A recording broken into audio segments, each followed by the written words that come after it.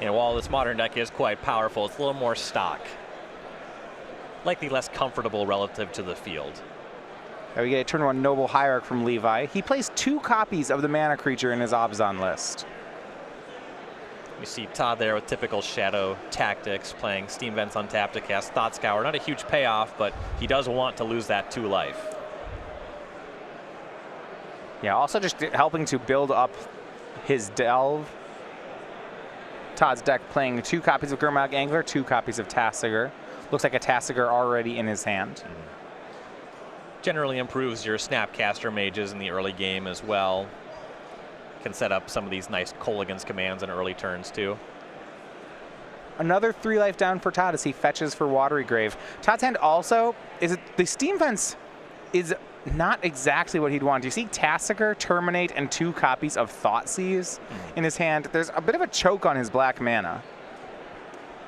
And you do see that reference in the way that the deck is constructed. The split on dual lands is 3 Watery Grave, 1 Steam Vents, 1 Blood Crypt. Yeah. So Todd will Thought Scour. He goes in more aggressive play here. He Thought Scours himself and then delves away 5 cards to cast a 1 mana copy of Tasigur. So he gets a 4/5 in play on turn 2 here. It does mean that his hand is all discard spells.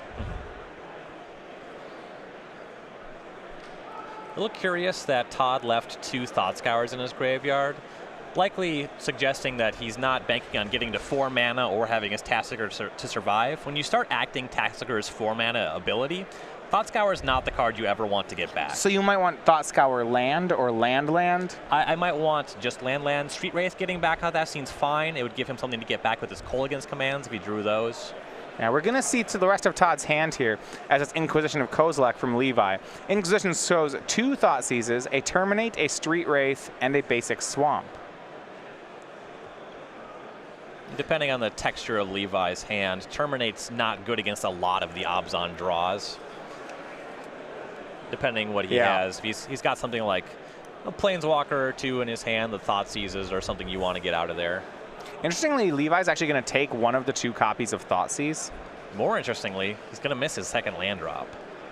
Yeah, that's very interesting to see whether or not Todd is going to fire off a removal spell on that Noble Hierarch. We do know he has that Terminate. He picked up a Lightning Bolt, which is a huge win for Todd. Yeah, I mean, Lightning Bolt here on the Noble Hierarch seems great. Todd will lead on Thoughtseize. We'll look at what Levi's sitting with. We have Scavenging Ooze, Thoughtseize, Lingering Souls, Abrupt Decay, and 2 copies of Liliana of the Veil. Levi's hand was really hoping to hit that 2nd land. Yeah, a lot of 3 mana stuff in here. Going to be very limited on options once that Hierarch is down. Even if he produces a 2nd land, he's looking at most Scavenging Ooze, Abrupt Decay. Well, Todd has 2 removal spells in his hand. He's casting the Thoughtseize right now. If Levi doesn't start making land drops fast, this is going to be a runaway for Todd Anderson. Yeah, well, look at how much that 2nd land cost Levi. If he had hit it, his play instead of a Thoughtseize on that 2nd turn would have been Liliana of the Veil -2 to kill the Tasigur. We'd be looking at a very different game. And Todd does spend the Terminate over the Lightning Bolt. It's mana efficient, and also the threats it's he's looking at. It's aggressive. Threats he's looking at die to 1. They both die to Lightning Bolt or Terminate, and he's disguising the fact that Lightning Bolt's in his hand. Well, between Lightning Bolt and Snapcaster Mage, is there some argument here? Levi's at 13. Maybe Todd wants to hang onto the Bolt to shoot it upstairs. That's certainly true. There's no white mana for Levi, so he can't draw white mana and Path to Exile. Therefore, he can't actually solve Tasigur. So Levi's functionally already at 9. Lightning Bolt, Snapcaster Bolt without any attacks is 6 damage in itself. So that's 3. We're getting pretty close to lethal. Yep. And Levi's going to help out the cause. Windswept Heath finding Godless Shrine is 3 more damage for Todd. Levi will make Scavenging Ooze. And what we get to see here now is Todd can swing Tasigur. If Levi doesn't chump block, he's dead. That's 4 from Tasigur and 6. Todd's going to go another route. He's going to Lightning Bolt the Ooze, then swing the Tasigur, putting Levi to 6, and say go with that Snapcaster in hand. This is probably also lethal. Yeah, but Todd leaving up that, drawing the land for the turn means he has access to Snapcaster, Lightning Bolt here. There's really nothing that Levi can do. Certainly not with the cards that we saw in hand. Definitely not with the mana available. Yeah, I guess if Levi just drew a Path to Exile here, he would be alive for at least 1 more turn. Yeah, he'd only be going down to 1. Yeah, I mean, it's not good. Tarmogoyf from Levi. Creature instant sorcery land. And no Planeswalker was taken off the discard.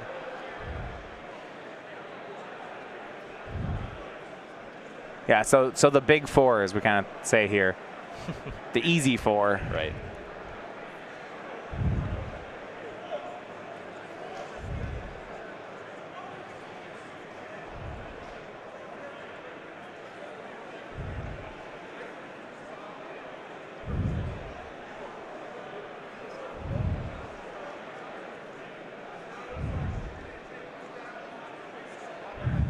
And given that 4/5 Tarmogoyf, there's no incentive for Todd to go for end step Snapcaster Lightning Bolt, but Snapcaster Terminate looks mighty nice here. Yeah, and that's the play he's going to make. Snapcaster, Terminate, Swing of Tasigur for 4. Levi drops to 2. And we'll say go. Todd, 1 card in hand. Draw here. It looks like Traverse the Ulfenwald from Levi. That's really not going to do much. I suppose with a land into Lingering Souls, Levi could hope to chump block his way to another card. Right, yeah, and Todd's just got 1 card in hand. It is the land, but without land to cast Lingering Souls, he doesn't have anything going on. Right, so that's going to be game 1 to Grixis Death's Shadow. It's Todd Anderson going to be up. Really capitalizing on a missed land drop by Levi. If you look at the spells in Levi's hand, with the ability to cast 1 or 2 more of those, this game certainly could have gone his way. Right, I mean, just that turn 2 Liliana, if he'd had it, would have been very strong. Oh, yes. All right, we're going to go over to the player's sideboard. So starting on Levi Basham's side, he's got 2 copies of Stony Silence, 2 Flaying Tendrils, 2 Gideon Ally of Zendikar, 2 Fulminator Mage, 3 copies of Collective Brutality, and then his one-ofs are Nile Spellbomb, Maelstrom Pulse, Damnation, and Ghost Quarter. So there's a mix of hate cards, sweepers, and then bigger threats. Any direction you might see him go. The 1/1 removal, say the Maelstrom Pulse, that's going to be a slam dunk. Levi is himself playing a very creature-heavy deck, so the Damnation is not necessarily where he wants to be. It's going to be more for go-wide decks, so there is an argument to bring it in here. Nile Spellbomb is great for slowing down Todd's ability to cast Delve threats, turning off Snapcaster Mage, what have you, so that one's quite powerful here.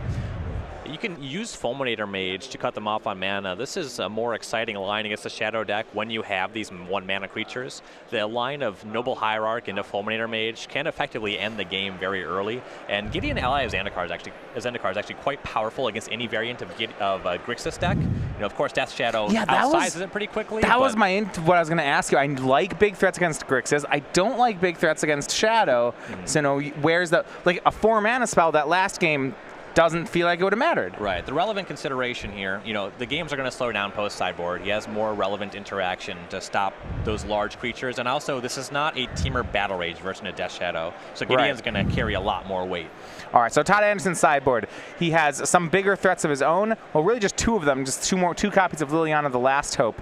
After that, he has Kozilek's Return, 4 Nile Spellbomb, 2 Stubborn Denial, 3 Ceremonious Rejection, and 2 Collective Brutality. So it's just various types of hate cards. Then again, hate cards are they're hard to do against a deck like Abzan. Does he want any of these? There's an argument for Nile Spellbomb if you think that your opponent is the Traverse Abzan build. There's not a lot of that going on in Levi's deck. It wouldn't really pay off here. Yeah, Todd didn't see any cards of that either. Right. Liliana the Last Hope is generally pretty strong in this matchup because it deals with Lingering Souls, one of the more problematic cards for Todd's deck. It also kills Noble Hierarchs, which is quite nice. Also in that situation towards the end of the game, we have 4/5 Tarmogoyf versus 4/5 Tasigur. Last Hope does a great job at solving that problem. There's some argument for Kozilek's Return to deal with Lingering Souls as well. All right, so Todd Anderson, as of late, the most storied player here on the SCG Tour, certainly the most top 8s. Right now, 31 top 8s with 6 wins. He has 3 invitational top 8s and is a former invitational champion. Originally from Alabama, now living in the Roanoke area. One of the content producers here at Star City Games. Most impressive thing is that second factoid jumped over the catcher and was safe once after watching Major League. Quite the physical bout. Well, that's okay. Literally jumping over another player without getting tagged. Yeah, you see that in highlight reels sometimes. But I've never personally done it. That seems... Now, here's a question. He has an old cat, a blind cat, and a dumb cat. Is it the same one? Yes. Is this 3 cats, 2 cats, 1 cat, maybe 5 cats? This is one of those logic problems, you know, when it's like, you know, like the man in the yellow house owns 3 cats, and then it's like he also drives an orange car, and then you have to figure out. I like the framing just entirely being Todd has an old cat, a blind cat, and a dumb cat. How many cats? Does he have? Yeah, there's a lot of different iterations here of what he could have, which I like.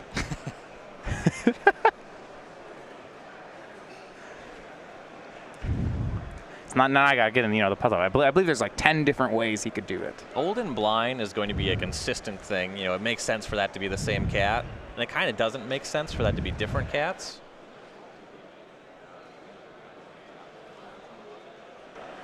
All right, game number 2 underway. Levi Basham on the play. Verdant Catacombs and says go. No Noble Hierarch here.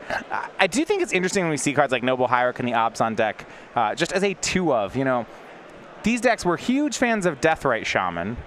Noble Hierarch is no Deathrite Shaman. Deathrite Shaman's a 1-mana planeswalker. Noble Hierarch is a pretty good mana creature. While both cards are excellent, there is a clear gap in quality. All right. Inquisition of Kozilek from Todd Anderson shows a hand of 3 removal spells and 2 threats. It was Path, and Maelstrom Pulse.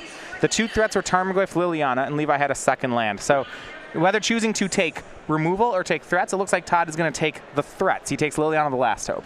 And Liliana is the hardest thing of the hand to deal with. When it comes to removal spells, you can just have a high volume of threats. You can have more discard spells. You can have counter spells that'll solve that.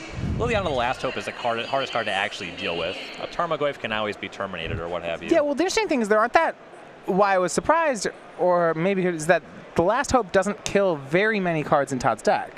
It's more so the fact that the -2 ability generates value over time. Okay. So he'll have to spend a card on it at some point anyway, whether it's a Lightning Bolt, a Kolaghan's Command. He'll have to spend a card, or that card just replaces itself immediately, which is not where you're going to be. This matchup's largely going to be about attrition. So second turn, Levi will play that other land that Todd knew about. He's expecting Tarmogoyf here. Todd is helping Levi out. He did put a Planeswalker in the graveyard. Yeah, that'll make that a little bit larger. Certainly out of Lightning Bolt range already. You have land, sorcery, Planeswalker. Not to mention that 2 card types already puts you out of Lightning Bolt was range. like, ooh, I've tried to bolt a 2/3 Goyf before. Yeah, you don't run that. Definitely learned that one the hard way. Here's Tarmogoyf. It's a 3/4. I've taught a few people that one. It's not how I learned it. Like, yeah, no, your Lightning Bolt resolves. Yeah. That's when you have to explain to them that the Goyf, it's not going to work, but the Lightning Bolt is still in the graveyard. It's just a 3/4 Goyf with 3 damage on it, which... The ensuing conversation can be lengthy. All right, here's Thoughtseize from Todd Anderson. The card that Levi has picked up is Shambling Vent. Todd will take the copy of Maelstrom Pulse, so he's leaving Levi with just some paths to exile. There's some give and take when you evaluate Maelstrom Pulse versus Path to Exile. The drawback of Maelstrom Pulse is that it costs 3. The upside is if Todd has 2 Death Shadows, but mostly Todd would like to get those basic lands out of his deck. Yeah. Thoughtseize and Fatal Push, so the board is clean right now. It does look like Todd has drawn his basic swamp. That means there's just basic island. So the second Path to Exile is actually very powerful. Street Wraith will put Todd down to 10, which actually is just fine by him. Here's Death Shadow. Land and go. Now this is kind of neat, Ryan. He could have cast Collective Brutality to get one of those paths to exile before casting Death Shadow, but doesn't. Also, doesn't play, he Street Wraithed into a Street Wraith. He did not cycle the second one. I think he might be looking to cast it.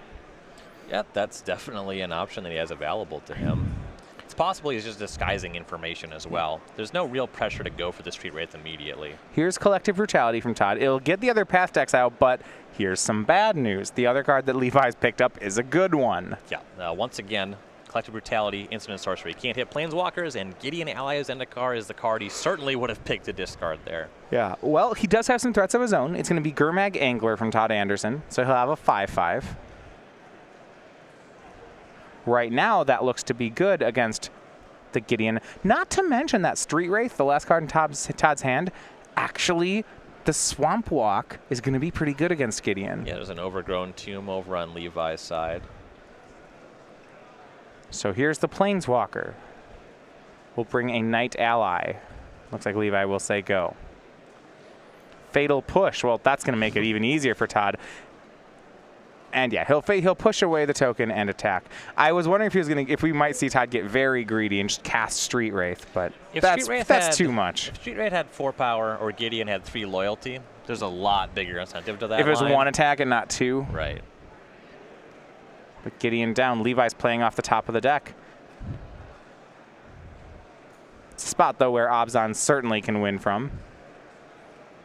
Among the best top decking lists in the format. Yeah, though he is running light on clean answers to Gurmag Angler at this stage in the game. He's already gone through multiple Path to Exiles. That Maelstrom Pulse is gone. You can't Abrupt Decay this one. Yeah. Liliana of the Veil off the top, though, would be quite excellent. Liliana of the Veil, he has 3 copies of that. Wait, the Fatal Pushes wouldn't work. He's looking at 1 Path to Exile and 3 Liliana of the Veil, and that's it. Technically, another Gideon off the top would be a soft answer to the Gurmag Angler. Well, here's Traverse the Ulfenwald.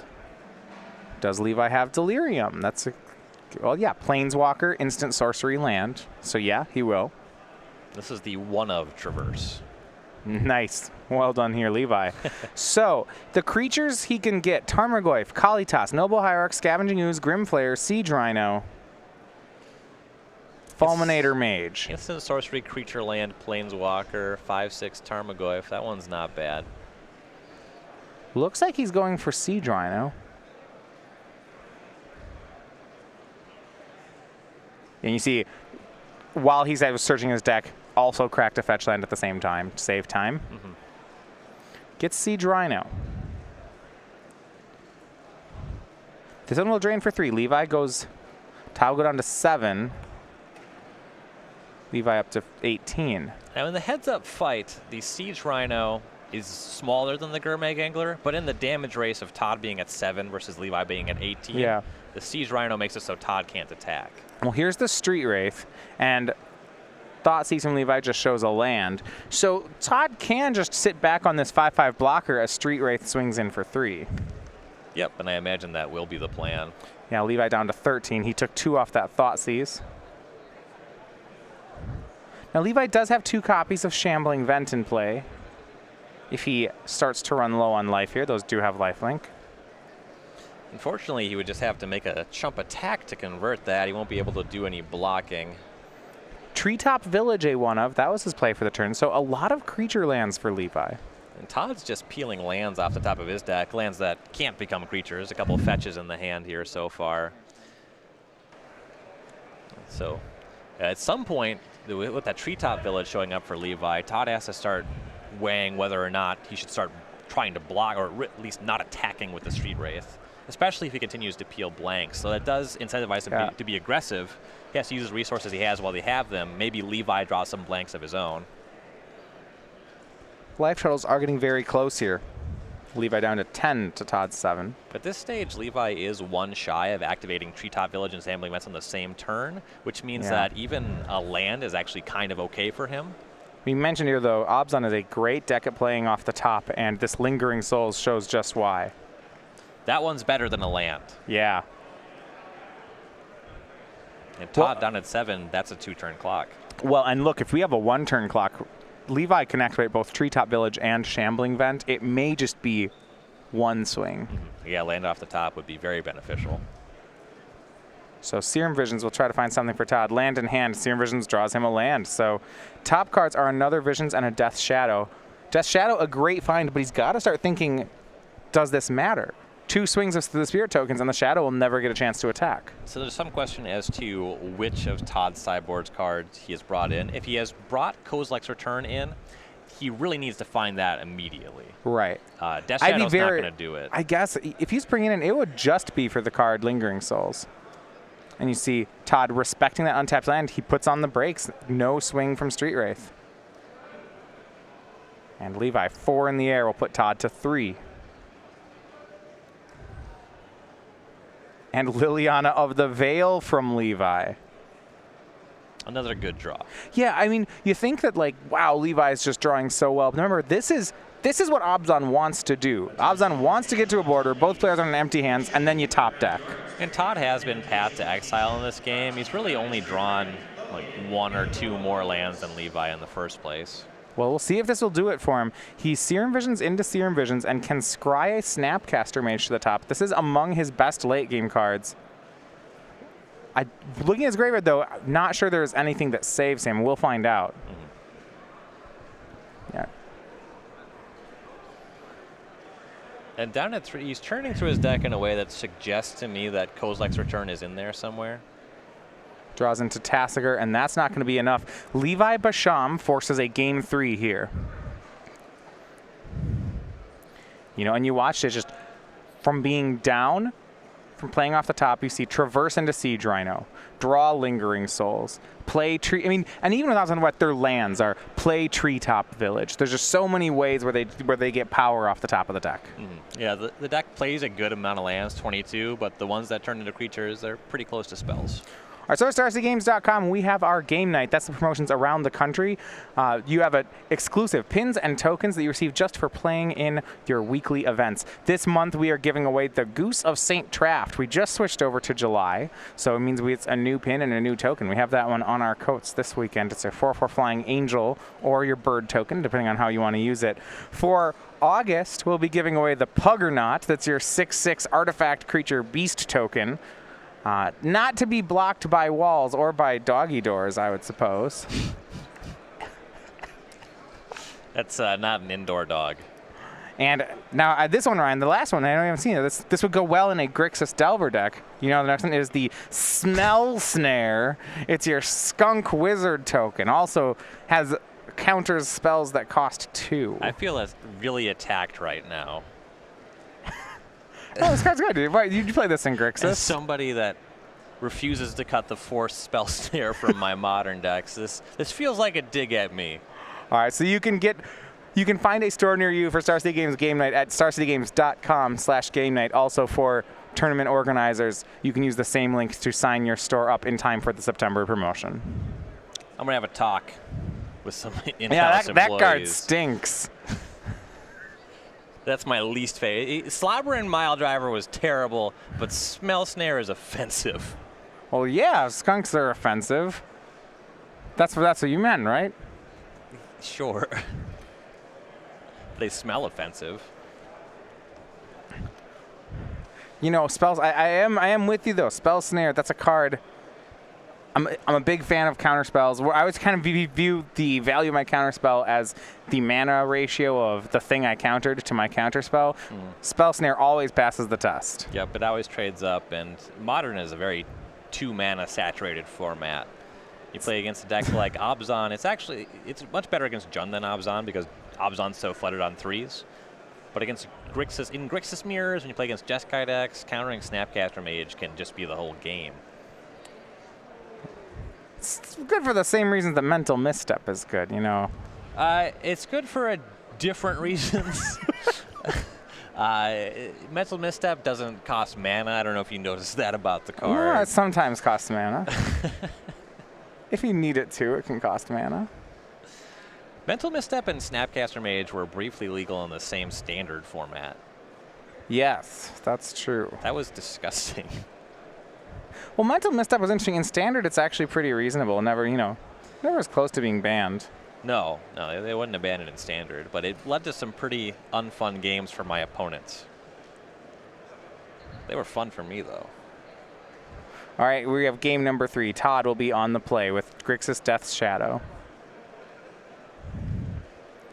Saw him win game 1, capitalizing on a missed land drop by Levi. Game 2, it looks like Todd was going to play the control role, but wasn't able to hold on to it.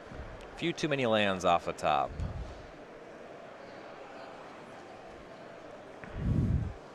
Starts with Serum Visions. See multiple Terminates. Already 1 Gurmag Angler in hand for Todd. But he'll put on top, it looks like a second Delve creature. Top is not a good sign for Levi. Looks like Todd's hand's all full of spells, though. Yeah, so finds a fetch land, says go. The next card on top of Todd's deck is a Delve creature. We'll see if he actually wants to draw it based on how this game goes. You can certainly leave both cards on top in a situation where you don't intend on drawing the second one anyway. The first one's a fetch land. Little bluffing equity there. Grim Flayer will be the first creature in the game. That's from Levi.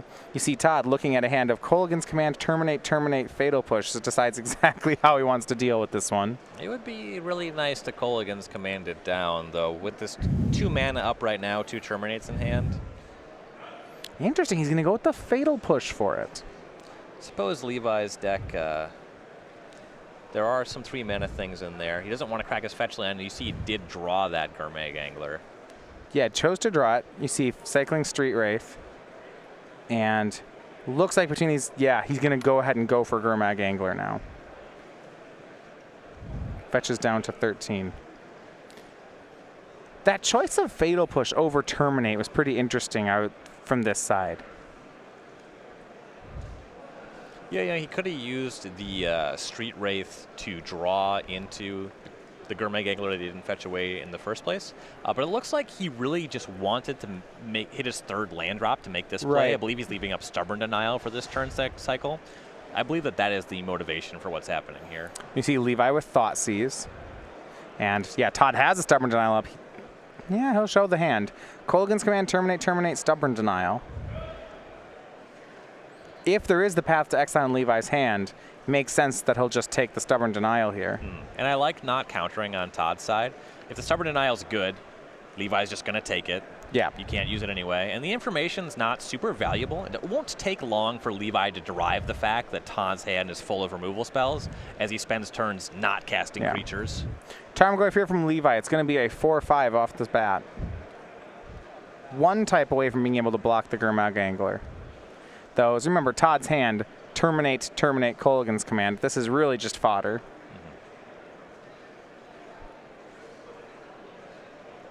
Todd looks like he has a blue card drawn here. He would love to see another Stubborn Denial in his hand. That would be a really nice top deck.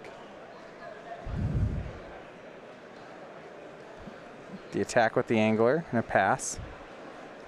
Looks like Snapcaster Mage the pickup. That one might even be better. Stubborn Denial plus a 2/1. Yeah. I think you could make the case that it's better. It's Tarmogoyf full swing. Todd is at 10. He'll actually drop to 6 here, looking to terminate on the end step. That allows him to leave up both Kolaghan's Command and Snapcaster Stubborn Denial. Yeah, here's Maelstrom Pulse from Levi, and Todd could not Snapcaster Mage more quickly. And Todd's winning this race if both players keep attacking. He's cracking for 7 on the crackback now. Yeah, and he's still sitting behind those 2 Terminates. See Serum Visions for Todd.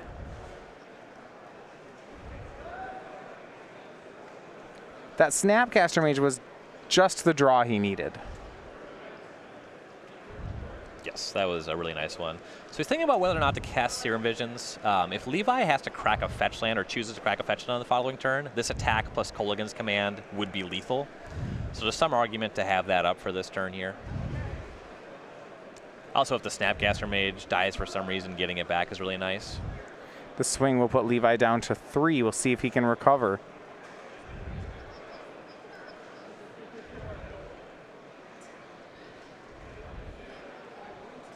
His Tarmogoyf down to a 3/4. That happened after the Snapcaster Mage got rid of the Stubborn Denial. And Levi knows he can't leave back blockers. Todd has double Terminate. Right. And he actually has to kill both creatures. The Kolaghan's Command in Todd's hand is 2 damage. Yeah, he just can't take any more damage. You know, a double kill spell here would be ideal for Levi. He's going to cast Traverse. Does not have Delirium. Just sorcery land creature in the graveyard. So he doesn't really want a non-basic land. It looks like he wants a land. Of course, he doesn't want to fetch or shock from here. Yeah, well, I mean, he doesn't have Delirium, so he actually has to take a basic land. Right, but that's probably what he wanted. Oh, okay, yeah.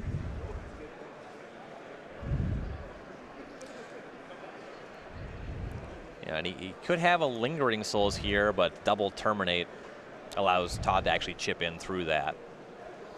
You just cast the Kolaghan's Command, end step, get rid of 2 blockers, attack in. Grim Flayer as a blocker. Says go. Kind of mentioned blockers are no good here. And both players know it. Yeah, Todd shuffling the 2 terminates back and forth. It's got to wonder, does Levi have path to exile? He's left up a plains as a bluff.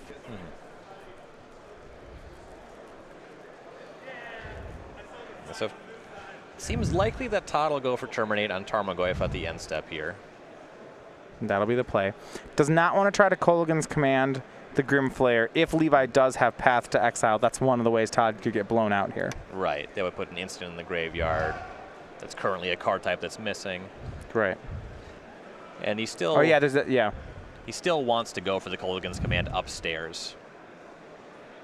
If he draws a land, this game should be locked up. He'll be able to terminate the Grim Flare and then cast Kolaghan's Command on his next turn. Yeah, and even if he doesn't, he can just attack to start this turn, and that's likely good enough.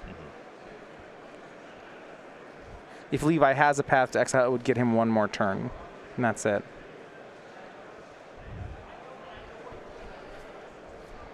Untapped land, though, should do it. But as should Fatal Push. He'll push the Grim Flare, attack, and that is going to be the game and the match. Todd Anderson is your winner here with Grixis Death Shadow.